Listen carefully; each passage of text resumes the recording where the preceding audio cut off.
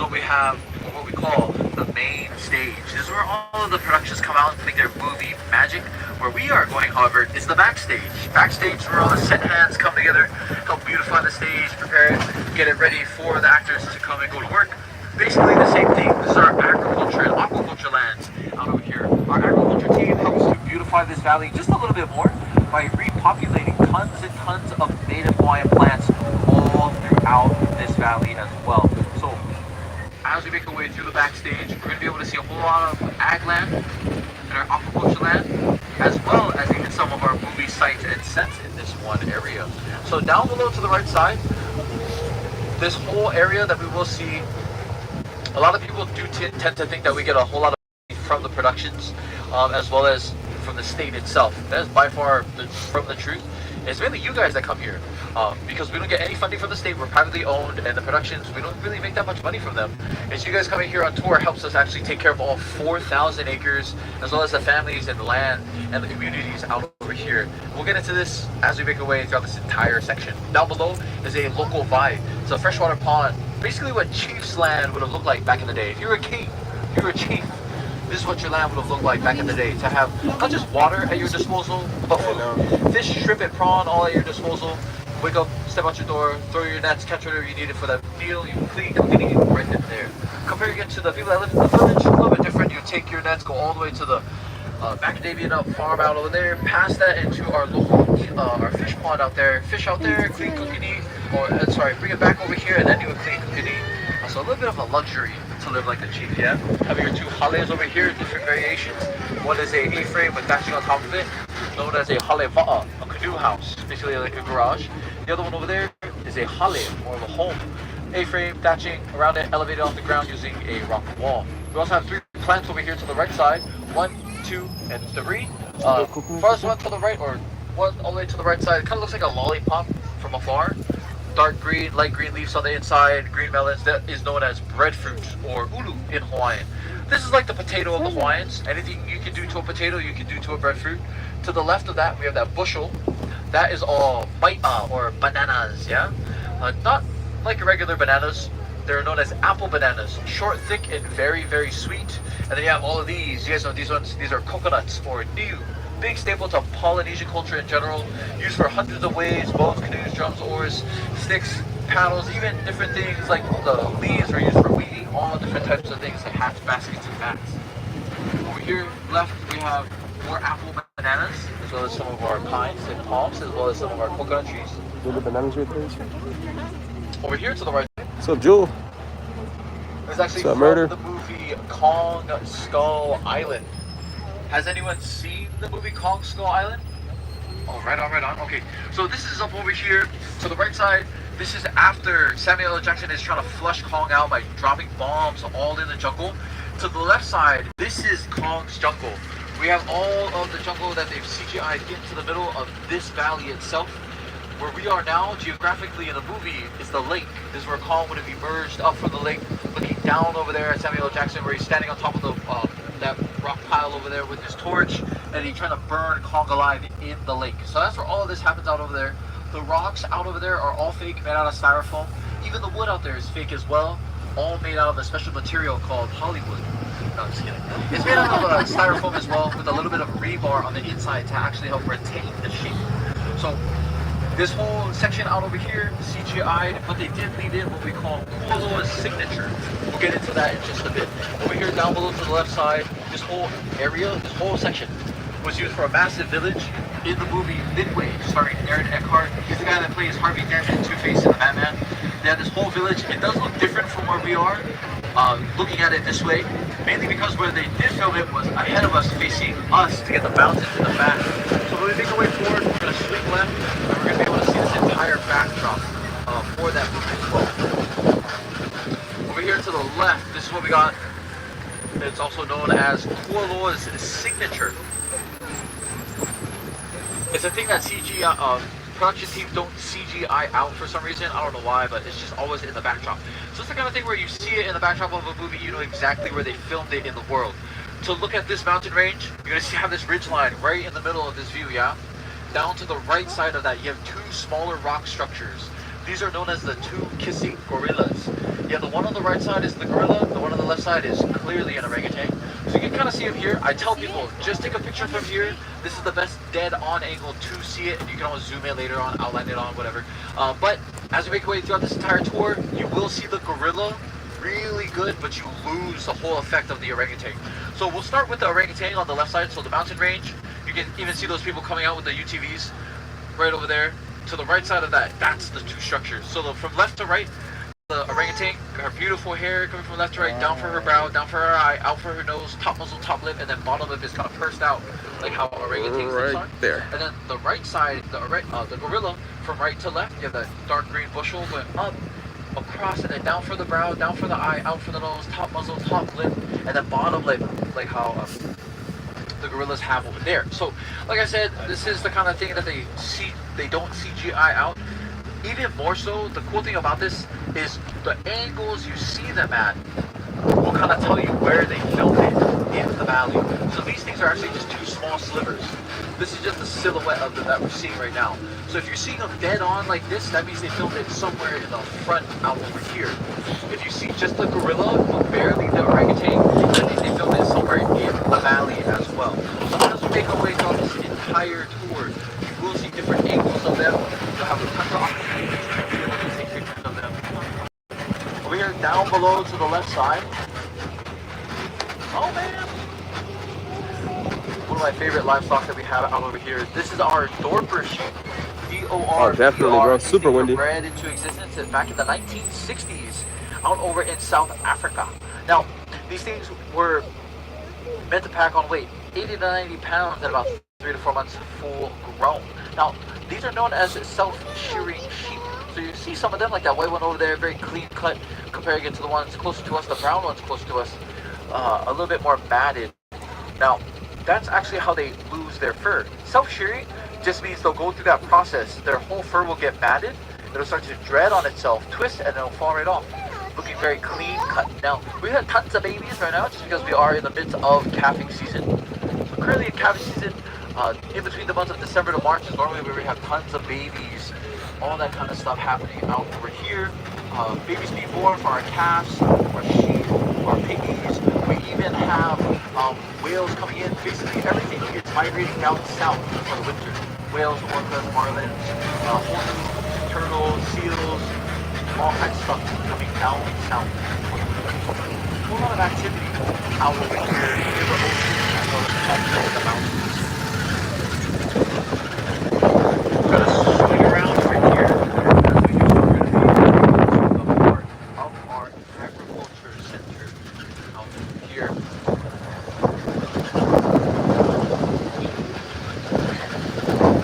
Now, down below to the left side, we have all of these ponds. These are prawn, shrimp ponds. Now, 4 ponds, 2 are Malaysian prawn, and then 2 are red Hawaiian shrimp. Just land that we rent out to farmers out over here that provide shrimp and prawn for the east sides as well. We also have tons of ulu or breadfruit off on the right side. Making our way through this section, you are going to see a whole lot of bananas. Tons more apple bananas over here on the left side. You'll be able to see all the growth of them. We also have the 2 kissing gorillas over there to the right side. You can kind of see them a whole lot more closer. Damn, bread just dropped A tomorrow, little huh? bit easier to see them up over there, yeah. And we also have more apple bananas over here. Apple bananas over here to the right side as well. That means I have to wake up earlier. Yeah, okay, perfect. Now over here to the left side, can anyone tell me what kind of fruits these are to the left? Oh, papaya, yes. Does anyone know the Hawaiian word for papaya? It's papaya, yes. Very nice, very nice. Pretty easy to remember that one. Now, we're going to be approaching our next movie set that we have up over here. This is actually relocated. We brought it down over here. We will show you where it will still go. Up ahead, this is our no-smell piggery. This is actually used in the movie Jumanji, Welcome to the Jungle. Has anyone seen this movie? Nice. This one with Dwayne "The Rock" Johnson, the People's Champ, and Kevin Hart as well. Up over here, this is the transportation shed. This is where they had Ruby Roundhouse using her dance fighting skills to get past the two guards to get inside of the shed.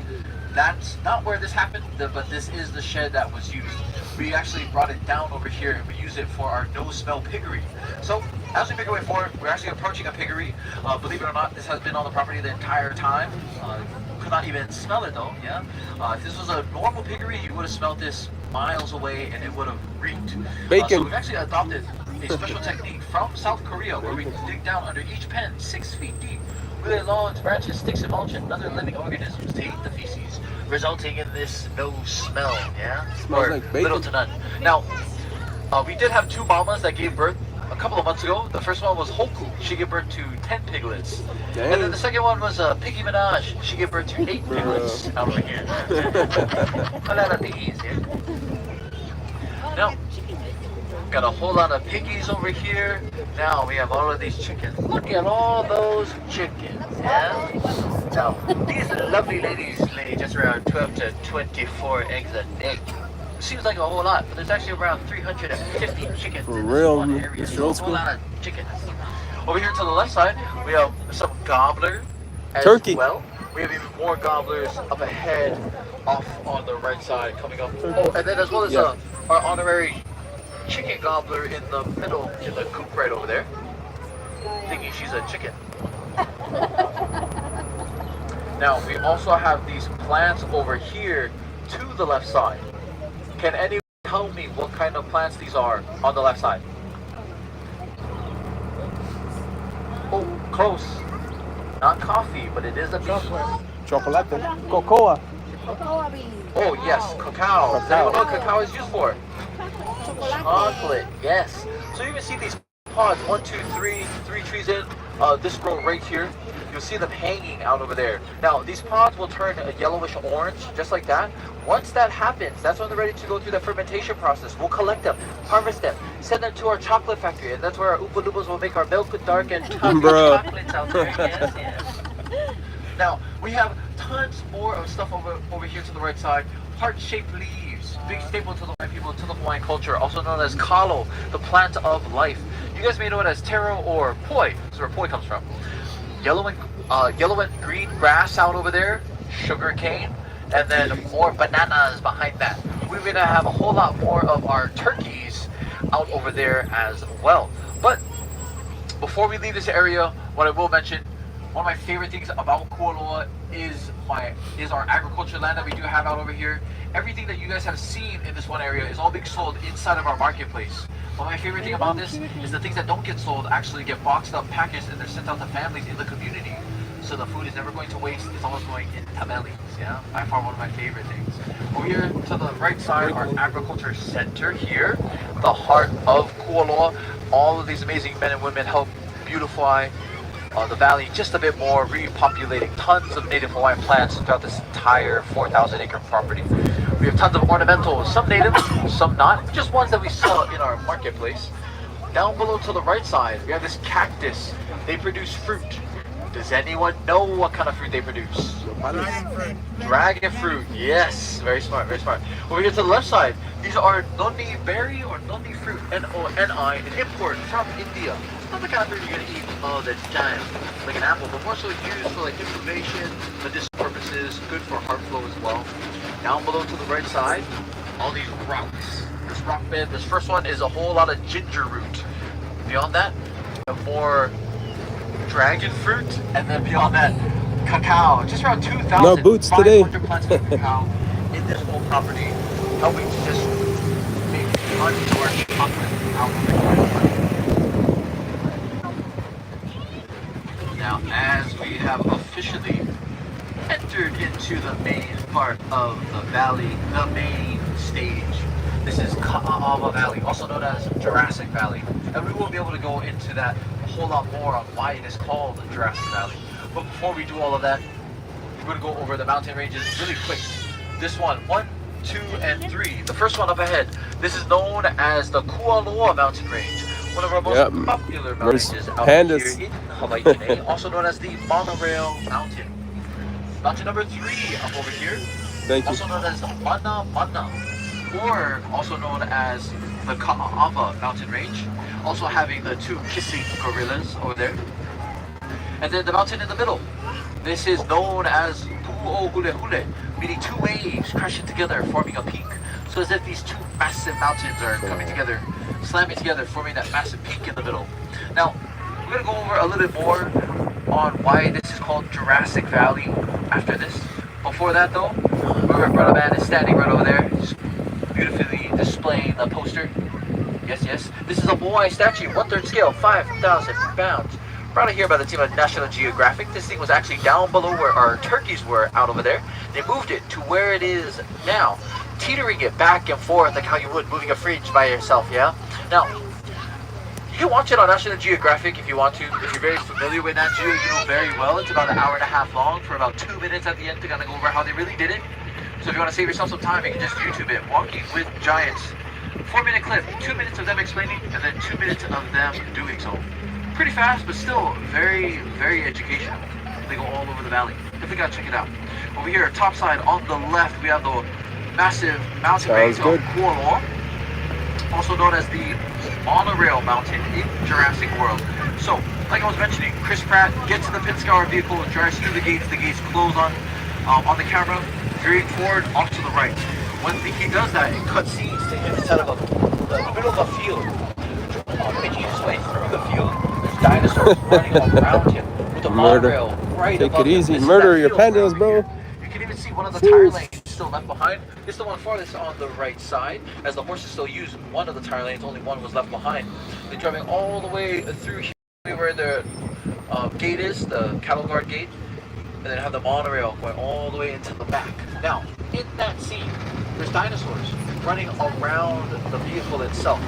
Those dinosaurs, also known as the Gallimimus, that was actually a nod to the original Jurassic Park, where they filmed the scene out over here back in 1990. So, we're going to be able to make our way up over here to where they filmed Jurassic Park. Now, like I said, filmed in 1992, they came out over here to the island of Kauai. Filming on that island, and then actually getting just around 95% of that movie done. They get hit by a hurricane. The hurricane ends up destroying all of their movie sets out over there, resulting in Steven Spielberg reaching out to the scouts to see what they could film this very last scene. They end up making their way out over here, falling in love with the beautiful valley, and then filming this one scene out over here. Now, it was only one scene. The scene was only 1 minute and 35 seconds, but it was more than enough time for them to actually establish a relationship between Kahlúa and Jurassic Park. So this is why we call it Jurassic Valley. The beautiful mountains up top, on the left side, this is the monorail mountain. The mountain in the middle, this is Latino, where they slice this and actually put this on top of that peak out over there on Mana Mana, creating this massive volcano for the island of Isla Nublar. They took small sections of the mountains, piecing them together, creating their own mountain ranges of the entire island itself. So the mountains that you see are the mountains that create the island of Isla Nublar. The valleys that we're currently in are the valleys that create the valleys of Isla Nublar itself. So this is called Jurassic Valley because they used one valley to create an entire island out in that movie itself. So all because of this one scene out over here. Dr. Alan Grant and the two Hammond grandkids coming out over here, walking up over here to the right side. Dr. Alan Grant, Tim and Lex making their way up over there to the right. They notice dinosaurs coming up and over to the right side. As they do so, they see the dinosaurs. Dr. Alan turns towards Tim. He's like, Tim, what kind of dinosaurs are these? Tim's like, Gallimimus. Noticing that they're flocking like birds, avoiding a predator, they end up making their way all the way over here to Hawaii's most famous dead tree. Hiding underneath the tree, the Gallimimus jumping up and over, making their way all the way to the left side. This tree line to the left is where the T-Rex ends up popping out and eating the Gallimimus right out over here. So after all of this happens out over here, I do like pointing out the log, yes, iconic, very iconic, yes. But what I do like pointing out more is that tree out over there to the right side. This tree was in the scene at the time of filming. It was a small, tiny little shrub at that time. This is 30 years of growth. We just celebrated Jurassic Park's release, 30th year release, a couple of months ago. So it's like the then and now kind of thing. What it used to look like at the time of filming, comparing it to what it looks like now. Gorgeous tree, all this life. I mean, even being able to provide tons of shade for all of those babies out over there, right over there. Really awesome. But not many productions actually have used this area, mainly because of one, how iconic it is, so they kind of just stay away from this area. The only other production that did use this spot was Jumanji Welcome to the Jungle. After they get out of the transportation shed, they end up having dirt bikers ramping up and over a hill. This is that hill up over there. They make their way up and down, and then they shoot all the way up into the valley itself.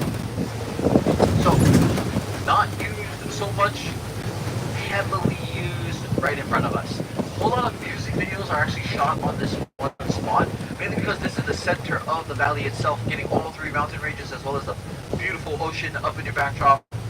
Really awesome. Most notable though was definitely another TV show, believe it or not, was Lost.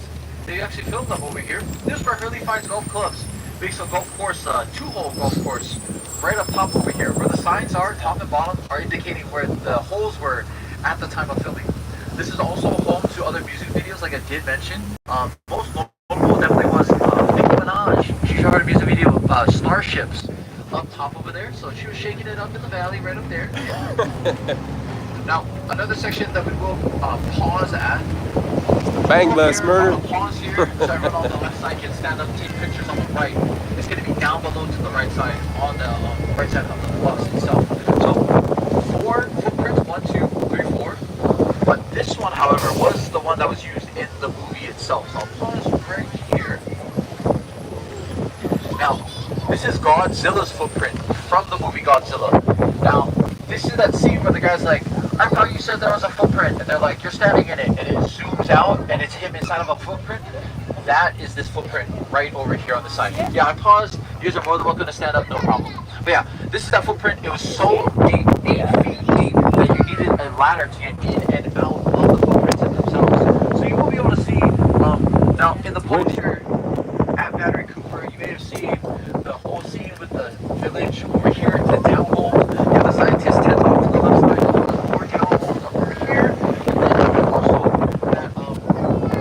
Chapel with the roof, with a broken roof on top of it, was right on this left side where that footprint is. It was right on top of that hill. Now, like I said, 8 feet deep, so deep that we filled them to make sure our cattle were able to get not only in but out of the footprint as well, just around to 2 feet now. But you'll be able to see it's pretty interesting. So technically, copyright, you need to modify at least 30% of anything. Now, you'll see that the toes, there's only 3 toes, yeah? The 3 toes is the American version. The Japanese version is 5 toes. So they took out just around 30% of his toes, basically, to make it their own. Now over here, we're going to enter into our romantic comedy road. A whole lot of rom-coms on this road that you will be able to see. This is the first one we're going to start off with, which is Mike and Dave Wedding. Has anyone seen this one? Oh, yes, of course, yes. Now, this is the scene, Mike and Dave bring their what they out over here to we're going to ramp up this hill. They land, and stuff. Mike and Dave obviously can't be one up, so they ramp up this hill as well, landing on the back tire on the sister's face with the name of her wedding. And I will have to mention, this is not a family movie. It is not. I had this lady, she thought I said it's a family movie, and actually watched it with her family, wrote a review, and complained about me. So I have to tell people, it is not a family movie. Do keep that in mind. Coming up ahead, we also have You, Me, and Dupree. Has anyone seen this one? Oh, right on. Now, it's like the first 20 minutes of the movie is all around Hawaii. They invite people to come out. They're inviting the Intact Island. This is Coco, this is the pilot.